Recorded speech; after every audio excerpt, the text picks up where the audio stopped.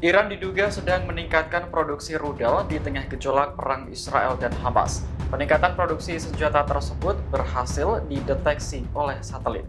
Citra satelit terkini menunjukkan perluasan besar pada dua fasilitas rudal balistik utama Iran. Lokasinya berada di pangkalan militer Modares dan kompleks produksi rudal Hojir.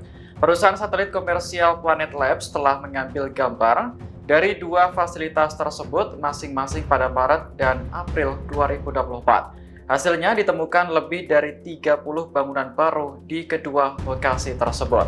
Peneliti dari Middlebury Institute of International Studies, Jeffrey Lewis, kemudian melakukan analisis. Ia menyebut perluasan fasilitas rudal di Hojir dimulai pada Agustus tahun lalu dan di Modares pada Oktober di tahun yang sama. Lewis menjelaskan banyak bangunan baru yang dikelilingi oleh tanggul tanah yang besar. Tujuannya untuk menghentikan ledakan di satu bangunan agar tidak merembet ke bangunan lain. Selain dari citra satelit, peningkatan produksi rudal juga dibenarkan oleh pejabat Iran sendiri. Ia menyebut beberapa gedung baru juga akan memungkinkan peningkatan produksi drone 2 kali lipat.